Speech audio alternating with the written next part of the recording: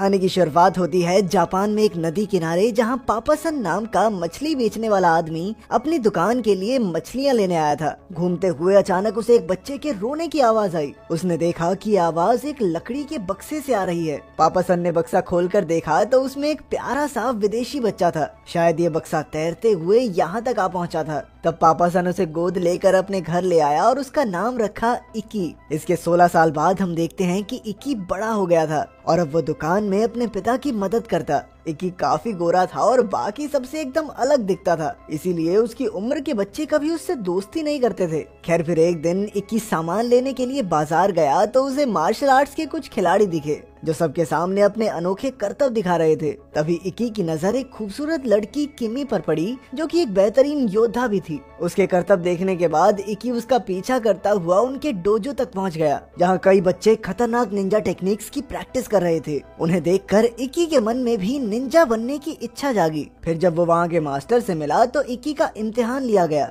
जिसमें उसे Ninja blade से निशाना लगाना था। मगर इकी तो बिल्कुल ही कच्चा खिलाड़ी था और उसका फेंका हुआ ब्लेड किमी को लगता रह गया। अब वो शर्मिंदा होकर लौट रहा था कि अचानक मास्टर साबू को उसकी टांग पर एक अनोखा निशान दिखाई दिया। फिर साबू ने कई प्राचीन कागज देखे और आखिरकार उसे पता चला कि ये निशान तो डांसिंग निंजा का है। उधर घर लौटते हुए इकी की नजर एक डांसिंग मशीन पर पड़ी। उसने वहाँ डांस करने की सोची पर वो गाने की बीट्स पकड़ नहीं पा रहा था। मगर जल्द ही उसकी दिलचस्पी बढ़ती गई और वो ज्यादातर समय यही डांस करते हुए बिताने लगा। इसके साथ उसने बार बार निंजा ट्रेनिंग में हिस्सा लेने की कोशिश की, पर हर बार मास्टर ने सिखाने से मना कर दिया। इसी तरह कुछ साल बीत गए और इकी डांस मशीन पर प्रैक्टिस करते करते जबरदस्त डांस करने लगा। अब वो कई मुश्किल स्टेप्स बड़ी आसानी से कर लेता था, मगर निंजा बनने की दौड़ में वो अब भी काफी पीछे था। खैर एक दिन इकी को डांसिंग निंजा की कहानी के बारे में पता चला तो उसने मास्टर साबू से इसके बारे में पूछा। इकी ने कहा कि वो भी डांसिंग निंजा बनना चाहता है, पर यह सुनकर मास्टर साबू हंसने लगा।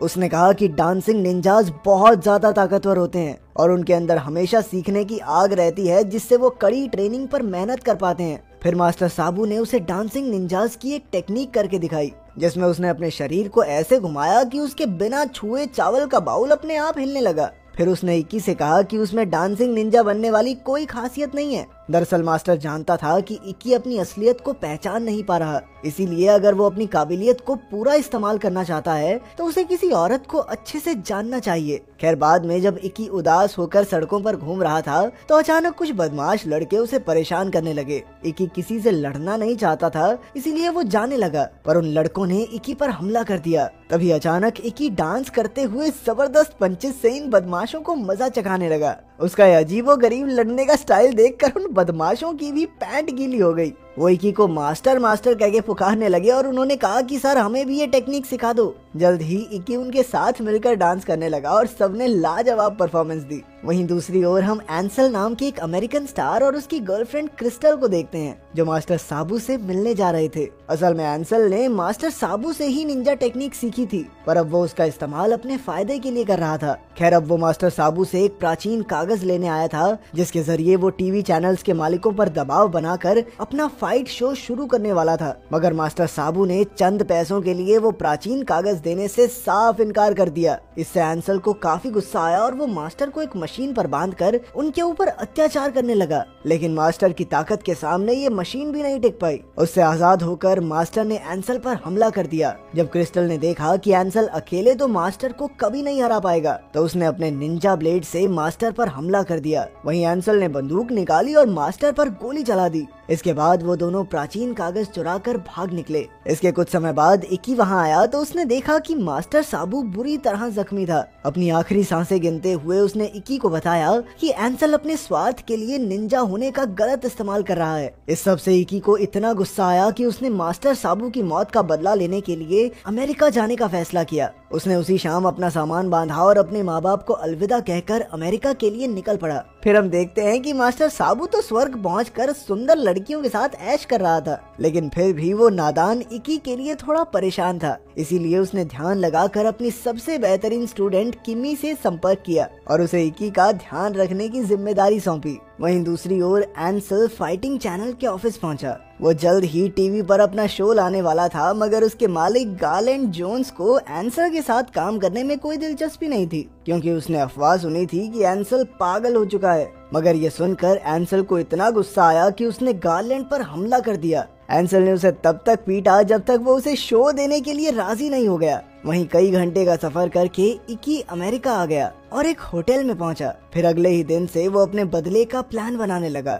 सबसे पहले उसे एंसल तक पहुंचना था, इसीलिए उसने थोड़ी छानबीन के बाद एंसल के घर का पता ढूंढ निकाला, लेकिन गार्ड्स ने उसे दरवाजे पर ही रोक लिया। इकी ने उसे समझाया कि वो वहाँ बहुत जरूरी मकसद से आया है, पर गार्ड ने उसे धक्का देकर बाहर फेंक दिया। तब इकी ने अपने निंजा मूव से गार्ड की पैंट उतार दी और सीधा अंदर घुसाया। सब लोग गार्ड को देखकर हंस रहे थे कि तभी क्रिस्टल की नजर इकी पर पड़ी और वो तुरंत समझ गई कि ये लड़का साबू के स्कूल से आया है। उसने अपने निंजा ब्लेड से इकी पर हमला कर दिया, पर किमी ने ऐन वक्त पर वहां आकर उसकी जान बचाई। जल्द ही कई गार्ड्स उन पर हमला करने आए तो उन दोनों ने मिलकर अपने जबरदस्त डांस और निंजा मूव्स से सबकी हड्डी बसली एक कर दी। फिर इकी ने एंसल पर कुछ चॉपस्टिक्स से हमला किया, मगर क्रिस्टल ने फिर उसकी जान बचा ली। इससे पहले कि मामला खराब होता, किमी इकी को वहां से बाहर ले आई, क्योंकि ये बदला लेने का सही समय नहीं था। बाद में क्रिस्टल ने एंसल को बताया कि उसे शक है कि इकी अपने मास्टर की मौत का बदला लेने आया है। क्रिस्टल ने बताया कि इकी ने अपने डांस मूव्स और निंजा टेक्निक्स को मिलाकर एक अनोखा ही फाइटिंग स्टाइल बना लिया है। ये सुनते ही एंसल काफी घबरा गया, क्योंकि उसे अपने बचपन का एक किस्सा याद आ गया। उसने बताया कि जब वो 9 साल का था तो उसकी माँ उसे एक ज्योतिषी के पास लेकर गई थी, जिसने भविष्यवाणी की थी कि एक दिन एक डांसिंग निंजा उसकी मौत का कारण बनेगा। अब एंसल बहुत डर चुका था, इसीलिए उसने क्रिस्टल को कैसे भी करके इस लड़के को खत्म करने को कहा। उधर इकी और किमी होटल पहुंचे तो इकी ने उसे भी इसी होटल में कमरा लेकर रहने को कहा, पर किमी ने कहा कि वो उसके कमरे में ही रह लेगी। ये बात सुनते ही बेचारे इकी को लगा कि किमी भी उससे प्यार करने लगी है। बाद में जब किमी नहा रही थी तो इकी कमरे में मोमबत्तियां जलाकर और फूल बिछाकर माहौल बनाने लग गया। पर जब किमी काफी देर तक बाहर नहीं आई तो इकी ने ध्यान लगाया और दूसरी दुनिया में उससे मिला। वहाँ उसने देखा कि किमी जकूजी में नाबू नाम के एक लड़के के साथ थी। जब नाबू ने इकी को देखा तो उसने उसे धक्का देकर असली दुनिया में वापस भेज दिया। इससे बेचारे इकी का दिल बहुत गंदा टूट गया और उसने सारी सजावटें हटा दी। कुछ पलों बाद जब किमी बाहर आई तो उसने इकी को समझाने की कोशिश की, पर इकी ने कहा कि सब ठीक है, मुझे बात नहीं करनी इस बारे में, और फिर वो आगे की तैयारियां करने चला गया। इसके बाद हम देखते हैं कि इकी छानबीन करके गार्लैंड के ऑफिस पहुंचा और उसने गार्लैंड को समझाया कि उनका दुश्मन एक ही है, इसीलिए उन्हें मिलकर एंसल का मुकाबला करना चाहिए। इस दौरान इकी की नजर गार्लैंड की पुरानी तस्वीरों पर पड़ी और उसे एहसास हुआ कि ये तो उसके असली पिता हैं। जब इकी ने उसे डैड कहकर पुकारा तो गार्लैंड ने तुरंत उसके पैर का निशान देखा और वो समझ गया कि इकी ही उसका बेटा है। आखिरकार दोनों एक दूसरे के गले लगकर भावुक हो गए। फिर गार्लैंड ने इकी से अपनी लापरवाही के लिए माफी मांगी। खैर फिर उन्होंने प्लान बनाया कि उन्हें एंसल का पर्दाफाश कैसे करना है। जैसे ही वो दोनों ऑफिस से बाहर निकले तो अचानक क्रिस्टल और उसके गुंडों ने उनका रास्ता रोक लिया। गुंडे उन पर हमला करके उन्हें बुरी तरह पीटने लगे। जल्द ही किमी उन्हें बचाने आई, पर अंत में गुंडे गार्लैंड को अगवा करके फरार हो गए। क्रिस्टल ने किमी को धमकी दी कि वो गार्लैंड को तब तक रिहा नहीं करेंगे जब तक इकी अपने देश वापस नहीं लौट जाता। इसके बाद इकी और किमी ने कमरे में जाकर आगे के प्लान के बारे में सोचा।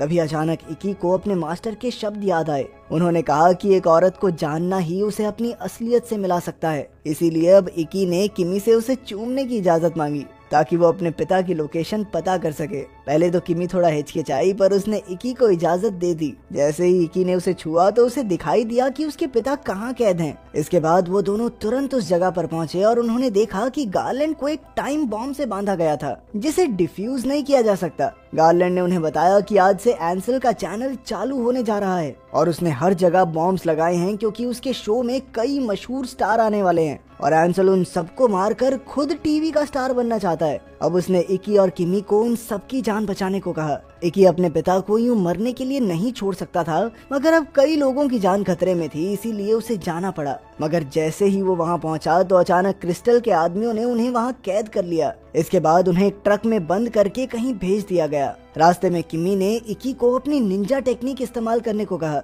इकी ने कोशिश तो काफी की, लेकिन कोई फायदा नहीं हुआ। तब किमी ने अचानक उसे चूम कर अपने प्यार का इजहार किया। ये सुनकर इकी बेहद खुश हुआ और अचानक उसकी शक्तियाँ फिर से बढ़ गई। अब की बार वो जाल से आजाद होकर भाग निकले और वापस शो पर पहुंचे।